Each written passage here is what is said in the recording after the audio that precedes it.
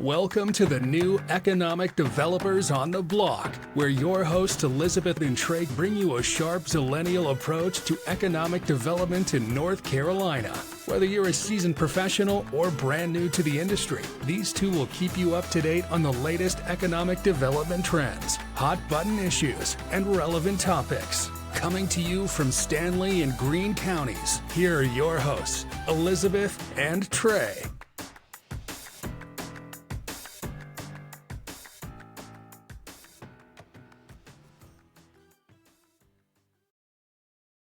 Welcome back, everybody, to the new Economic Developers on the Block podcast. It's been a while since we've done this. I need a refresher, where we explore the journeys and insights of leaders in the field of economic development. Our goal is to provide useful information and inspiration for both experienced professionals and just those starting out in our lovely field of economic development. We're really excited to be here. Like I said, we've had a little bit of a break. Hi, Trey. How you doing?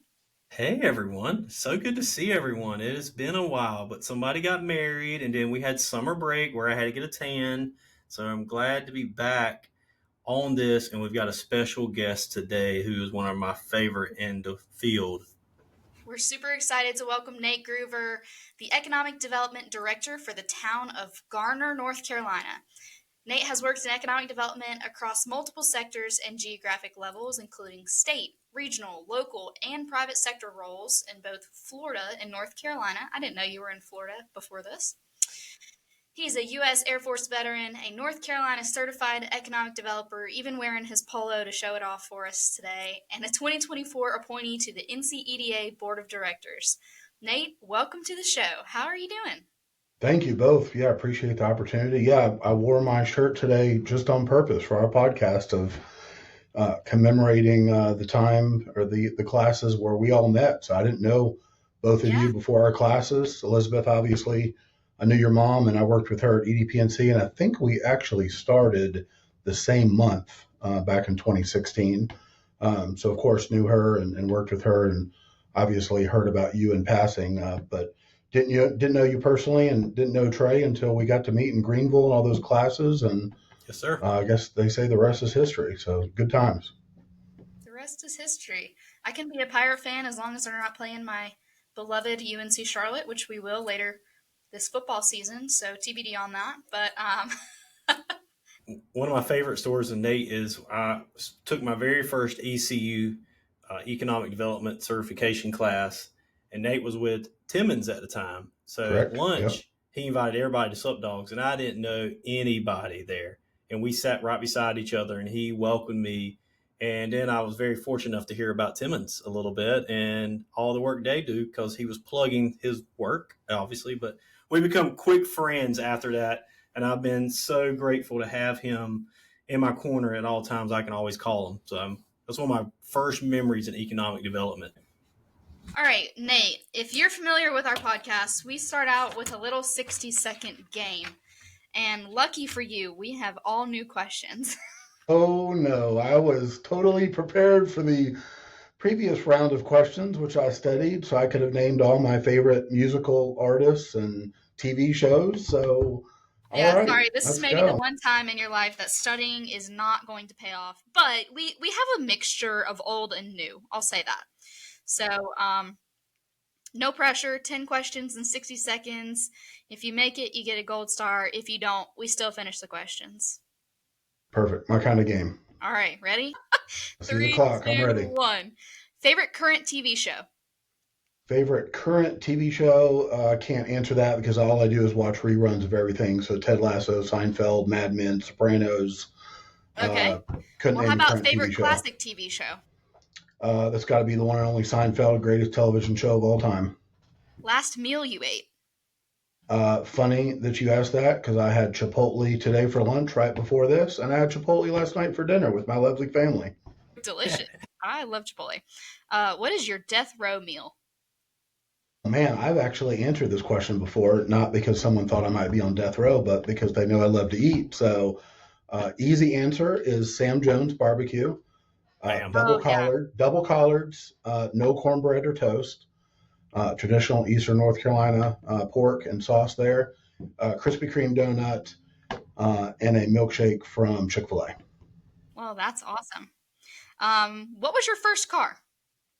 First car, thanks to my lovely mother, shout out mom, 1988 Volvo 740 GLE that I received after wrecking my father's brand new Volvo. So that's the reason why I had to get a Volvo. Where is your favorite place in North Carolina to vacation? Much to the chagrin of my wife, who loves the beach. I'm a mountain guy since moving here, so anywhere around Boone, anywhere in the mountains up there, so I can do some fly fishing. That's my favorite spot. Nice. All right, what's your favorite sweet treat? Favorite sweet treat is probably a good cookie. What about your favorite salty treat? Definitely salt and vinegar Lay's chip. As you can tell, I'm someone who likes food, so. Well, I'm realizing now that I made way too many food I'm questions. batting 1,000. What is your go-to hype song? Ooh, man, I have a lot of those. It really depends on the mood. You know, if I'm going nostalgic, back being a kid, something Michael Jackson, maybe want to be starting something. If I'm going high school, maybe Smells Like Teen Spirit. Nice. Probably one of those two eras there. Nice. And lastly, what is your favorite North Carolina beverage? Cheerwine, 100%. I actually have a Amen. bottle that is on my shelf right now. So, Me too. and a Well, it's 12 not pack in my shelf, but it refrigerator is my here. favorite beverage here. You ever Nice. see Nate at a conference or anywhere? He can recite any TV show quote or movie quote way better than me, and I think I'm pretty good at it, but he has me beat hands down. So next time you see him, you ask him about a Seinfeld quote or a Sopranos quote, he'll have you one. Yeah, definitely Sopranos, Seinfeld. That's why I was stumped at the current TV show. You should have gone with Ted Lasso. That's pretty current. Well, I mean, but it's over, and of course, Yeah. the spoilers. Everybody knows how it ends if they've watched it. But I also do love. Our family does love a good Ugliest House in America. So that's usually our summertime kind of show that we're watching as a family. Wait, isn't Ted Lasso coming back?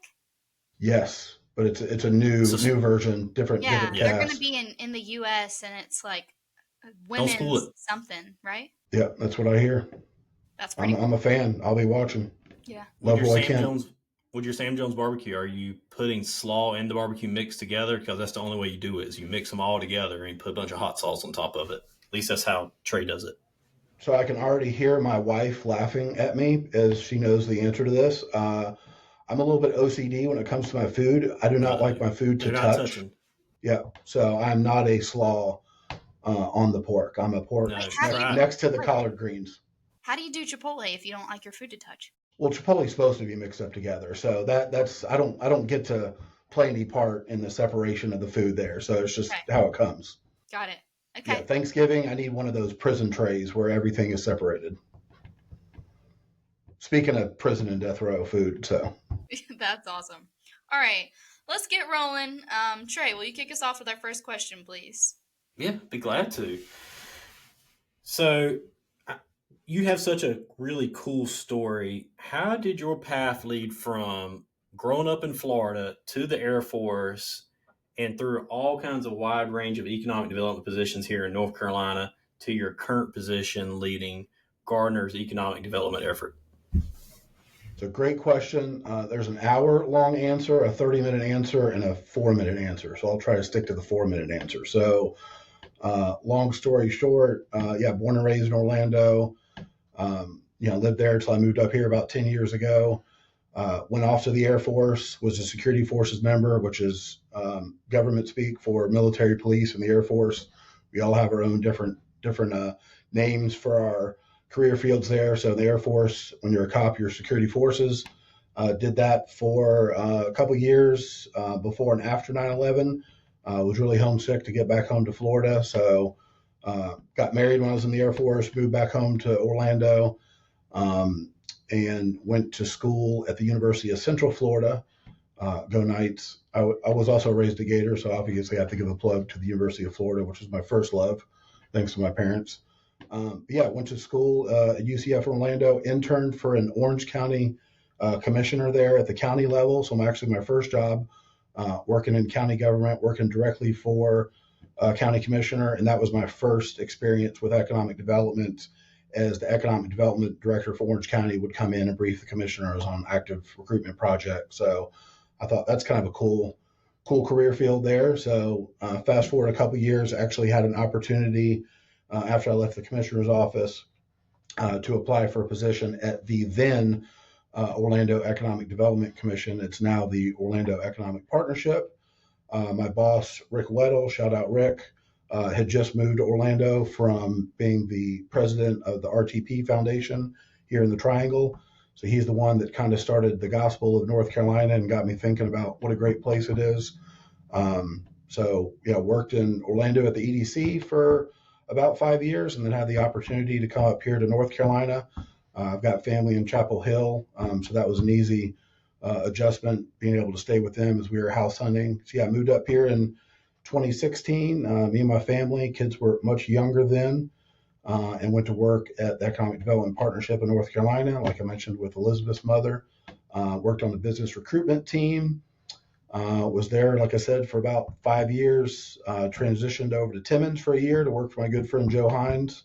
And then the opportunity in Garner came open here. I'm friends with Joe Stallings, the previous director. Shout out Joe, who did a magnificent job working here in Garner. So when he moved on to a different opportunity, I was familiar with the lay of the land here and the leadership, and definitely saw this as a good opportunity.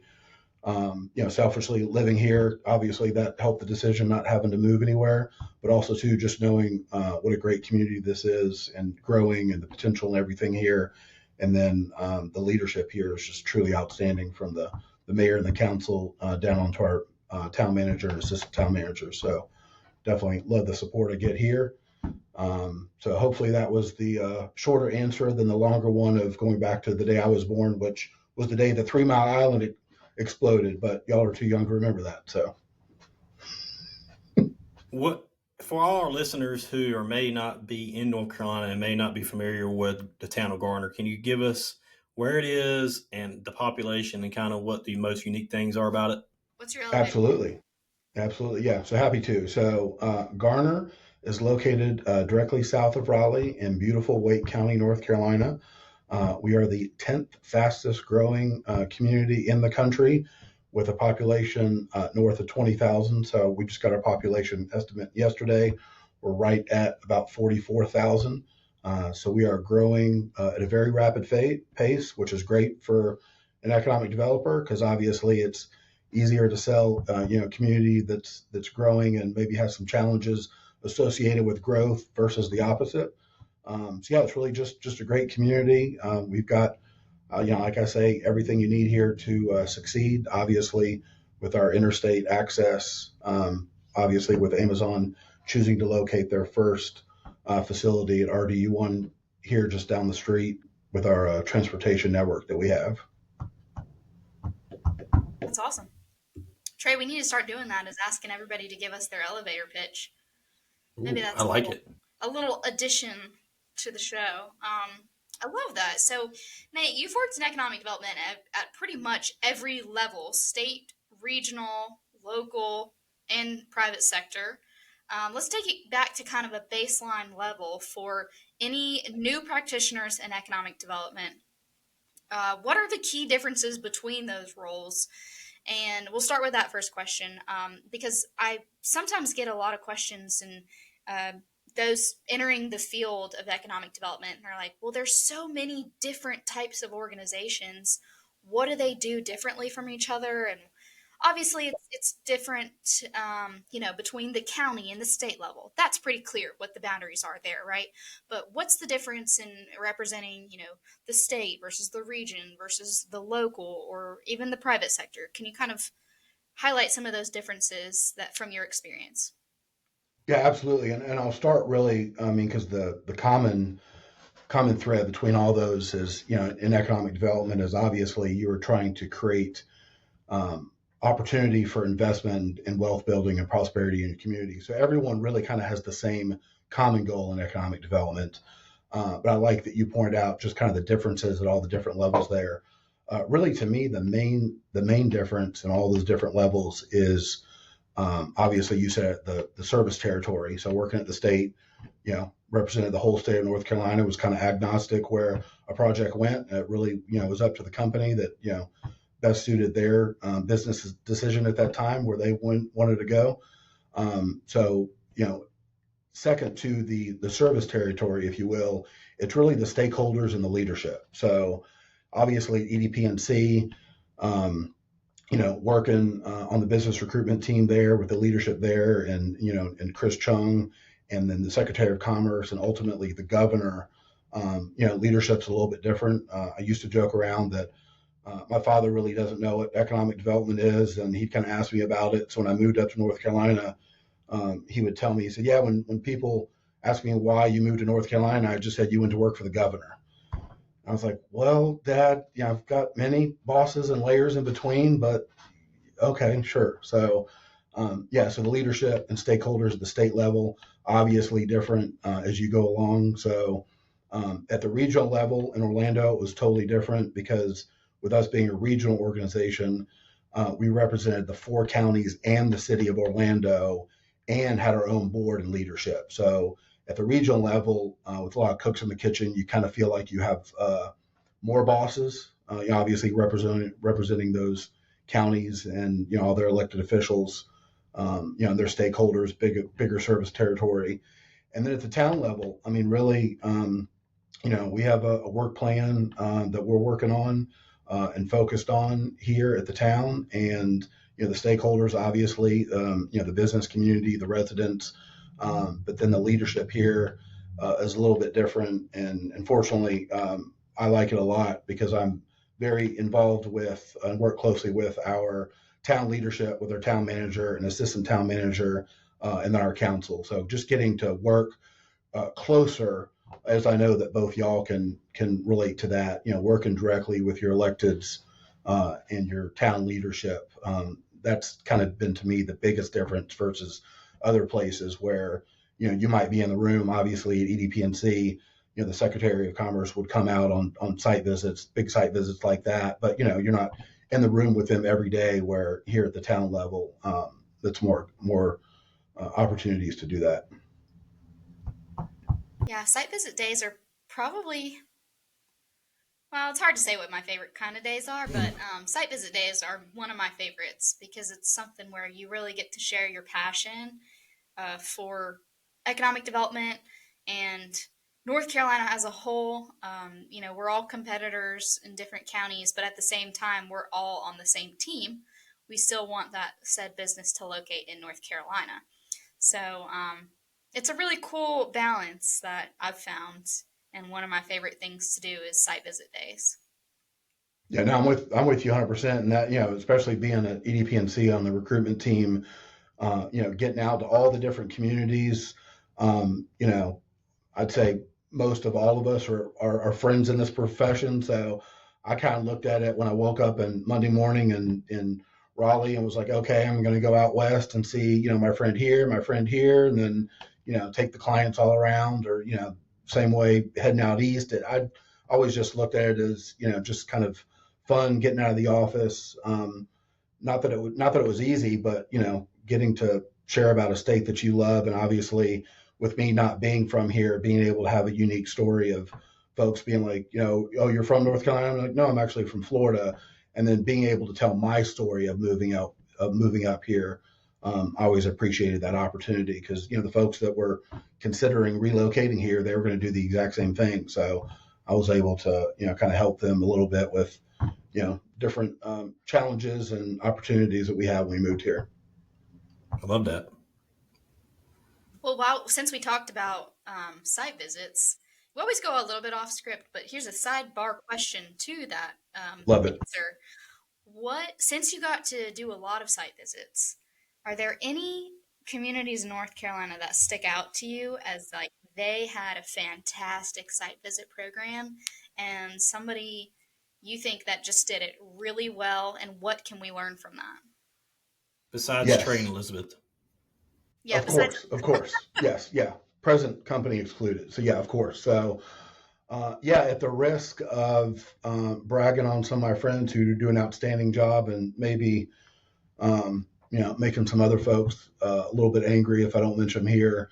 I will say, the majority of times going out on site visits, 98% of the time, everybody is doing an awesome job and putting their best foot forward. And I know the names I'll mention now aren't going to be a shock to anyone. Obviously, the team at Wake County does an awesome job. And then I know when I first started here, was definitely impressed with Scott Millar and Julie Pruitt. And I won't mention the other Nate, the second Nate in Catawba County, who I love to kid, who tries to say that he knows more about Seinfeld than I do, but he doesn't. So Catawba County, obviously A+ organization. Friend of the pod, Nathan Hewitt. Yeah, friend of the pod. So in fact, he beat me on here. So I guess he's your favorite Nate. So then obviously the good folks in Greensboro with Brent and Marvin there who do a fantastic job, and then Jennifer Lance and friend of the pod. Yeah, Marvin again been on here before me. So I'm sensing a theme. Yep. And then and Jennifer Lance and Wilson, I'd say, when young folks are coming to me for advice, or hey, I always point to Scott and Julie when she was there. Now Scott and Nathan and Jennifer and Cindy is just the best of the bunch. That and I had the experience with both of those communities on being site visits that always went well, no matter what the consultant or company was throwing at us.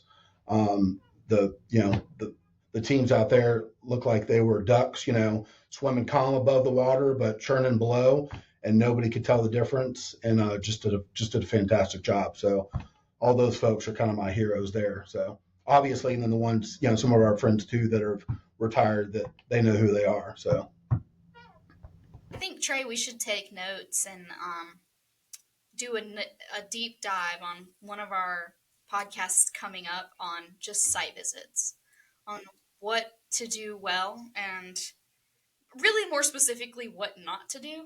I think that would be a really good subtopic for us to really dive into, because I have always wanted to attend other communities' site visits to see what they do. I think that's kind of not that it's not allowed. There's probably some that would welcome you, and others who are like, that's kind of our thing. No, thank you. So, but I've always wanted to attend, a site visit with the Marvins of the world, who are constantly just bringing in project after project after project and landing these huge deals. I want to learn from them. So maybe that's a deep dive we can do, Trey. I love it. Let's do it.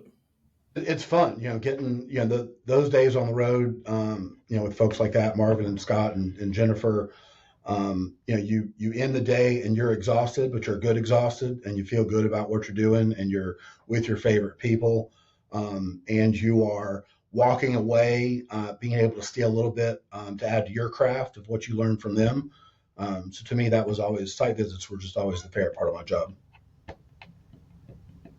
Now, we've already hit on this question I have written down, but during your time at EDP&C, you were part of the business recruitment team, and you visited communities and economic developers across this state. And we talk a lot about mentors, and I know you've kind of hit on it, but how was that experience, seeing different mentors, seeing different economic developers and different communities? How has that shaped your way of operating at the Town of Garner? Yeah, so, and I'll have to grab my trusty quote here that I love, because it always just kind of helps me kind of get grounded and think about what we're all trying to do. So, the best way to answer that question is, obviously our friends around the state in different areas, everybody has different assets they're selling or different challenges they're trying to navigate around. So when I first started in economic development, I'm a huge sports fan. My son is a active tennis player, so tennis is always on in our house. And the Arthur Ashe quote always is just kind of in the front of my mind, where it's start where you are, use what you have, and do what you can. And I really think that just sums up economic developers. That's just kind of who we are, that no matter where we are, what community we're working in, working to make it better. I want to transition a little bit to the private sector. So I feel like you're kind of opposite in the way that most folks start in local and then they move to maybe a regional or the state and then they end up in the private sector at the end. You kind of did that opposite. So you spent some time with the Timmons Group. What insights did you gain from that experience, and how did it influence how you work with consultants or site selectors in the private sector today? Yeah, no, great question. Yeah, and really enjoyed my time there, and was fortunate enough to have the opportunity. My friend Joe Hines, who leads the economic development efforts for Timmons, and I had gotten to know each other over the years. We had some common friends in Florida that we both knew, so that's kind of how we first connected. And then, doing site visits. I mean, frankly, I worked the Amgen project in Lake County with Irina and Anna in Holly Springs, and my friend Blake Hall was on every one of those site visits. So it was neat, and a good learning opportunity out there. Of, really, the engineers and the surveyors, the technical folks get all the hard questions of, hey, how many feet till we hit bedrock, and can we move this stream, and all the questions that I know us economic developers are usually wanting to answer yes to. The engineers have to give the real answers of, well, you can do it. It's going to be a lot of time and a lot of money. If it's a problem. So really just being able to be on their team and represent Timmons, was a big fan of the work they do. Good reputable company. And yeah, again, just being on the team with Joe and Blake. My favorite part of the job that really kind of sold me on making that transition over was Joe wanted me to kind of help lead the state efforts. So I was like, oh, great. I still get to, I think my exact words were, oh, good. I still get to keep all my friends. And now instead of bringing them projects on site visits, like Trey mentioned, I'll be trying to take you out to lunch or work on a project together, or really just find an opportunity where we can assist. And really that was kind of the main takeaway I had from that time in the private sector, was really, our allied partners are our partners. I mean, they're the ones, I know it's cliche, and I know we have a lot of cliches in this business, but I mean, economic development, truly a team sport. None of us can do this by ourselves. I always compare it to football. You need every facet of the game. You can't just have a great offensive line with a horrible quarterback and vice versa. I got to every aspect of the game. You drop I a got pass, to. you run a mile. I mean, was that Rudy? I missed the reference there. Or was that Napoleon Dynamite? I just know the sound. This is so terrible. I just know the sound bite from TikTok. Oh, okay. I was thinking Rudy, and all those sports movies are my favorites. Remember the Titans. Remember the Titans. Yes. I'm gonna Trey. We're gonna have Sunshine. I'm gonna get Sunshine. Yep. Strong side, weak side. Strong side. Yep. Yeah, big fan of Remember the Titans. I'm such a fan of Remember the Titans that I took a family trip to DC one year and purposely drove by the high school there from Remember the Titans. So, and pointed out, I was like, oh, kids, look, there it is. And my kids were like, yeah, cool. An old high school. Way to go, Dad. I know the sound because we made a silly little video at our wedding. We did not make it. We ran out of time. We were going to make a video where I was threatening the groomsmen to that sound. Basically, you will be perfect in every aspect of the game. Speaking like... Great movie. Please walk down the aisle. And then What's your favorite football movie, Nate? Mine is The Replacements. This is totally off script now. We're just way off script, but... So mine... I mean, it's going to have to be Rudy with We Are Marshall's second, and Remember the Titans. I mean... We Are Marshall is Brittany Brady's favorite movie. Is it? She listens to this. My favorite football movie is Facing the Giants. That's a niche reference. I don't know if anybody knows what that is. No, I remember a little kids movie, right? Little That's Giants. a little kids movie. No, it is not a kids movie. It's Okay. It's a Christian. It's a Christian inspirational movie from when We're way off script. All right, let's get back on track. All right. So you, and while you're zooming in on us, is wearing your ECU North Carolina Certified Economic Developers Absolutely. program. So I really want to talk about that program because a lot of our listeners are brand new to the economic development field. And here in North Carolina, we're very fortunate to have a program hosted by one of our universities at East Carolina University in Greenville, North Carolina, near me, about 30 minutes. You earned your North Carolina Certified Economic Developer certification last year, just with me, your favorite classmate. Yep. What was your experience on the stage like? Together. What was your experience like, and how has that program helped you in your career?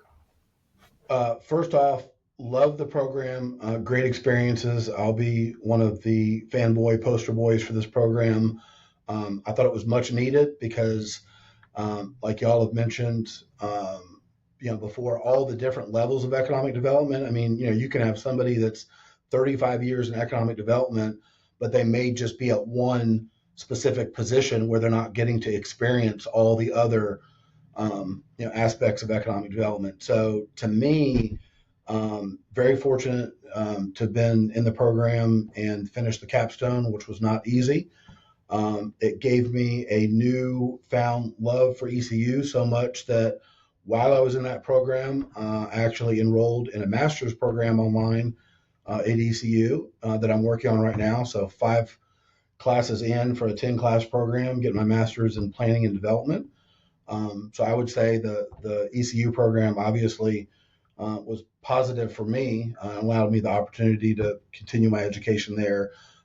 But as my friends around the state would kind of ask me about it, everyone knows Garrett Wyckoff and I are really good friends. And I was telling Garrett, I'm like, Garrett, you're a seasoned vet.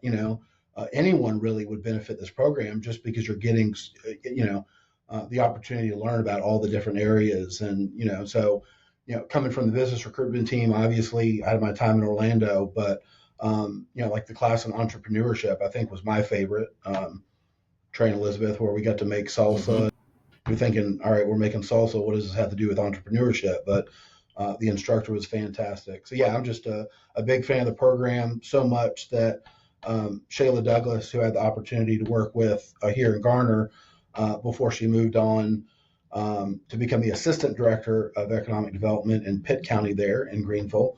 Shayla and I had the chance to work together, and when I was in the program, and with her being an up-and-comer in economic development, definitely promoted the program to her, and she was able to actually, while we worked together, enroll in the program, and she actually just graduated last year. So I was very proud to have played a small part in kind of just getting her to familiar with the program and involved, and then ultimately becoming a graduate of it. So extremely proud of her.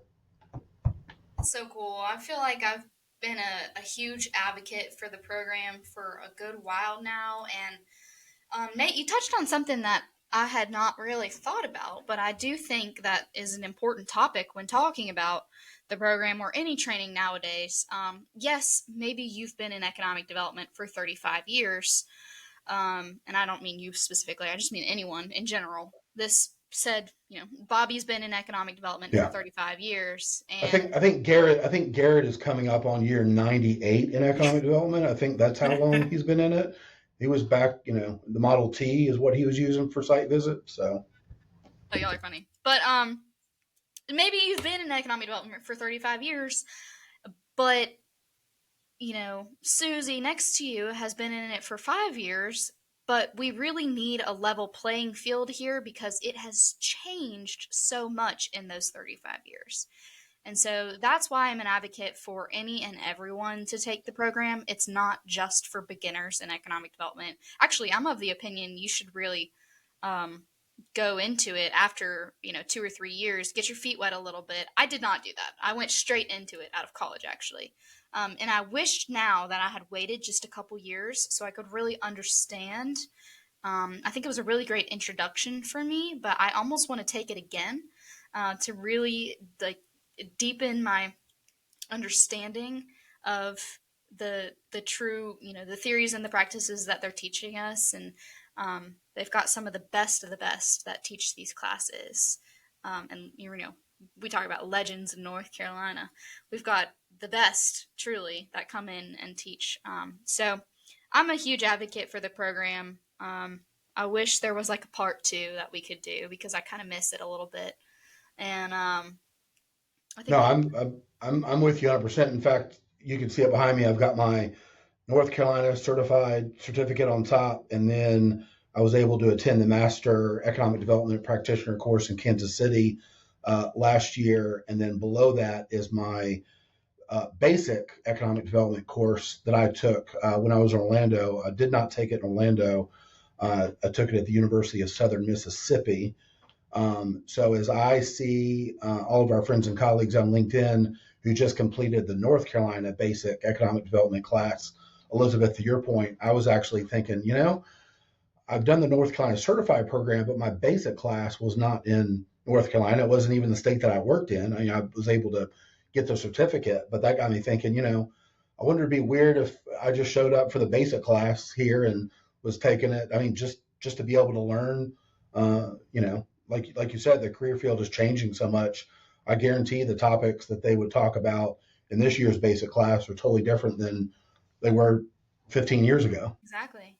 This time last year, I was in. Was it last year, or was it 2 years ago? 2 years. Yeah, you graduated It's before been us. 2 years since I've done EDI. Oh, it's been a Oh, year and a OU, half. yeah.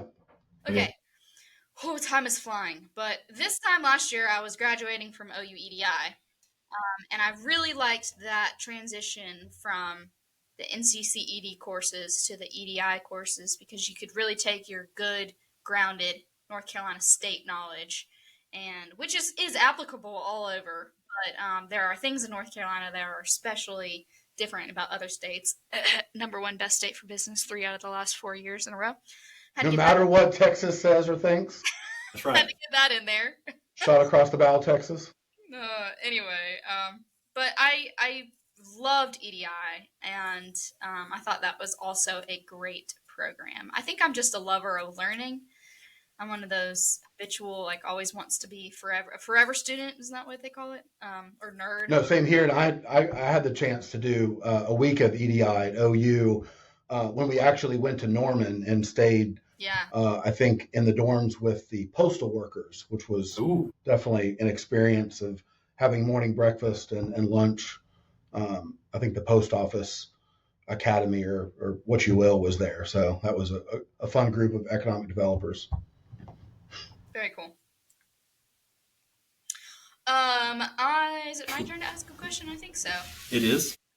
This is our last question before we wrap up, but Man, our time's last flying. official economic development question. Then we'll have a little bit of other stuff to talk about. But you were appointed to the NCEDA Board of Directors was it this year?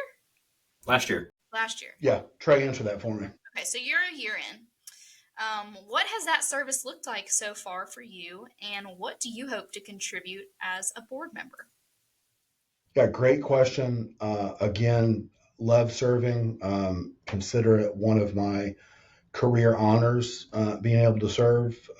Really just because, to be able to contribute at the state level. And again, I've said it before, really just getting to see your friends and colleagues that you love at the events. Every time, there's a board meeting, Trey's usually the first one to come up, give me a hug.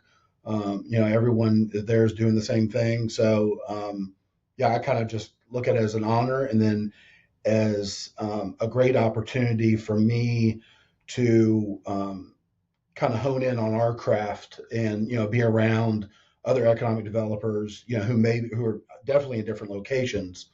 But, maybe having some of the same challenges. I'm real quick to pick up the phone and say, hey, how are you handling this? Or I see this issue becoming a bigger one for us. How are you handling that? And really, it's just, because relationships in our industry, but definitely through the NCDA Board of Directors, it's that much easier because the time that you're spending together, the relationships are being built, and the bonds that you're forming. So, I text a lot of my fellow board members, hey, what about this or what about that? So I've loved serving.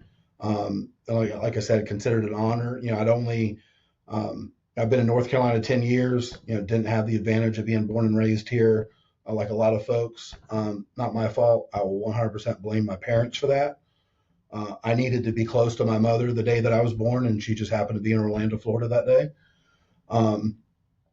So not having the benefit of being a native North Carolinian, I took it as a great honor after just being up here, not even 10 years and being asked to serve on the board. I really appreciated kind of that vote of confidence from my peers. And again, it's a kind of peer nominated, service. So, when folks on the board are asking you to submit an application and join the board, I just took that as an extreme honor and not one that I take lightly. And it's one of the favorite parts of my job.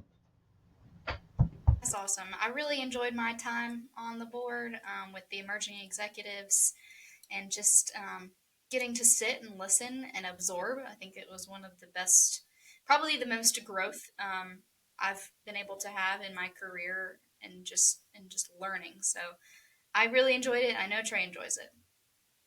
Nate, you last year, part of your board service, you led along with Marvin the spring conference planning committee and leading that whole initiative. And I thought it was a really great conference. And this year, you actually you helped them lead a committee itself. Can you talk about to our listeners how important it is to be on committees and what the major difference is, and maybe a conference committee compared to a regular committee and so forth? Yeah, great question, and kind of one I hadn't really thought about there. So the two main differences, number one, you want to work with someone that you want to work with. So when I joined the board and Gary Lanier, former past president, said, "All right, Nate, you and Marvin are teamed up," which I knew was going to happen because it's the Nate and Marvin show. We're a tag team, two peas in a pod. So he's like, "Yep, you and Marvin are going to head up the spring conference." Had never helped co-chair a conference committee before. I would say I had a little bit of an idea of what goes on into getting those conferences off the ground, but obviously working with Liz and the fantastic team at NCEDA, saw more in depth of basically all the nuts and bolts that it takes. And that conference was actually a little bit different than our regular conferences because that was our site selectors conference. So it was an additional day, obviously a different program because we had the site selectors that we were hosting in Pinehurst. So that added another layer into it.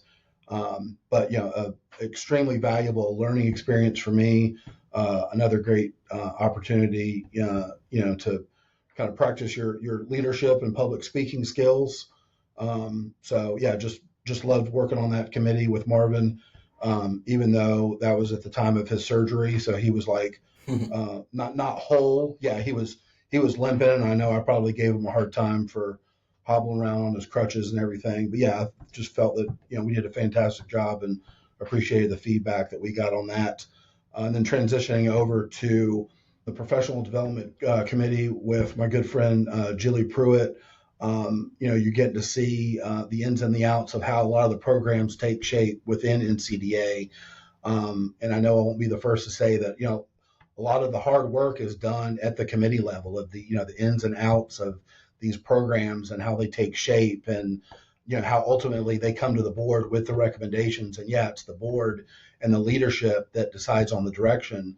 But the day-to-day kind of management, obviously with the help of Liz and Brandy and Torsia, and Blair, working on that. They're doing a lot of the heavy lift, but the practitioners and the committee members involved, trying to steer the direction of what we're working on.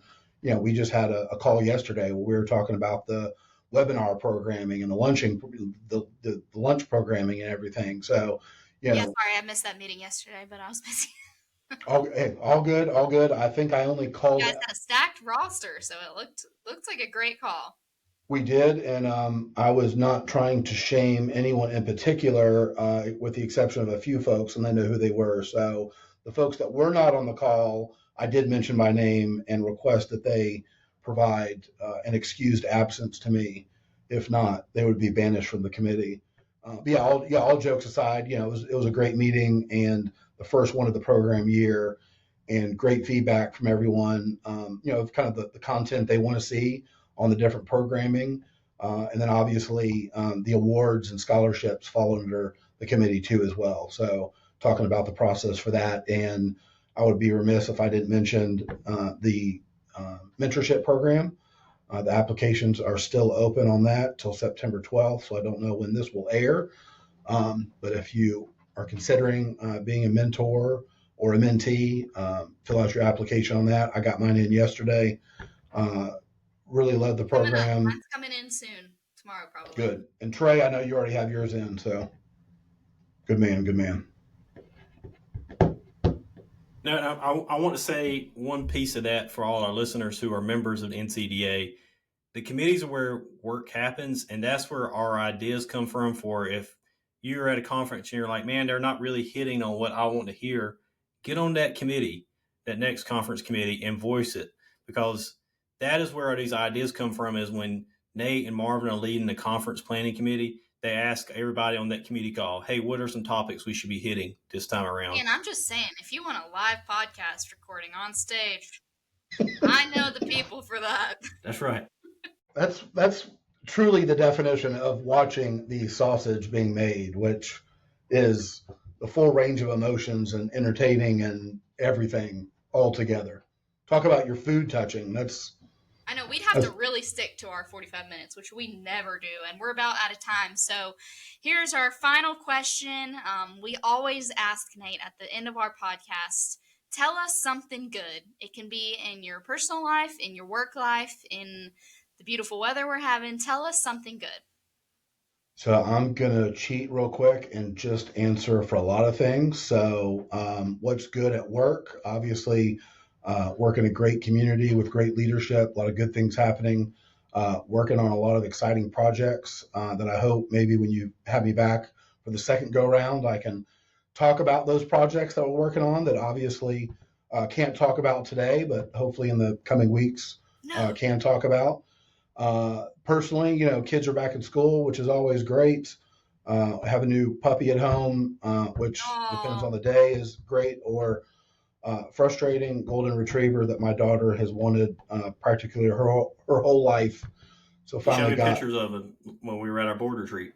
I did. Piper, the golden retriever, and of course White Lotus. Yeah, we say, yeah, there you go. Yeah, 2 Goldens. Did you know that? No, I did not. What are their names? Holly and Honey. Holly and Honey. Nice. And they're so cute. Yeah, so we've got Piper. So we say Piper no 100 times in our house. Yeah, and that's good on the personal level. And then, frankly, I woke up this morning in a great mood. One of the reasons being able to talk to you, but one of the main reasons is it's pumpkin spice season. So I'm a huge PSL fan. So I get my pumpkin spice. I love fall. It's one of the main reasons I moved to North Carolina. You don't really get fall in Florida. You get hurricane season and love bug season and then summer. So in North Carolina. Fall drink. I did, in fact, have it on my calendar last Tuesday that it was pumpkin spice release day at Starbucks. Yes. Every year, August 26th, it's on my calendar. So, I went and got mine. I think in the week they've been out, I've probably had, if it's been out 7 days, I've had 9 of them. So yeah, love fall. And again, just really happy for big sports fan, college football, kicking into gear, baseball, playoffs. Just October is September, October are my favorite months. Are the Gators, is that your team? That is my team. My team by birth. Big Gator fan, season ticket holder for a number of years. Ups and downs, but in all kinds of weather, we all stick together for FLORIDA. Yeah, we're big UNC Charlotte folks. We are season ticket holders, and big game then. Got curb stomped by App last week. It's going to be a show of the ages between the two laughable. You got Chapel Hill coming in. We got Chapel Hill this weekend, so we'll see. I mean, I will say, I get to attend front row Bill Belichick's first away game as a college coach for UNC at least. So that'll be entertaining at least. We'll see. Well, if you can get a picture, I know he's very photogenic and he loves to have fans come up while he's on the sideline and take pictures. So definitely try and do that. He'll love it. I will say, don't go to a coffee shop with Elizabeth because you will get hooked on a drink. I got a white chocolate iced latte with Elizabeth because You He know, had never I'm had the kind of iced coffee before, and he was like, "What do What? I get?" And I was like, "Well, I just ordered a white chocolate latte," and he was like, "I'll try that." Now every like couple weeks, he sends me a picture of him holding an iced latte and says, "I hate you. You got me addicted to these." I'm like, "Not my fault. I just opened your horizons to the world of iced coffee."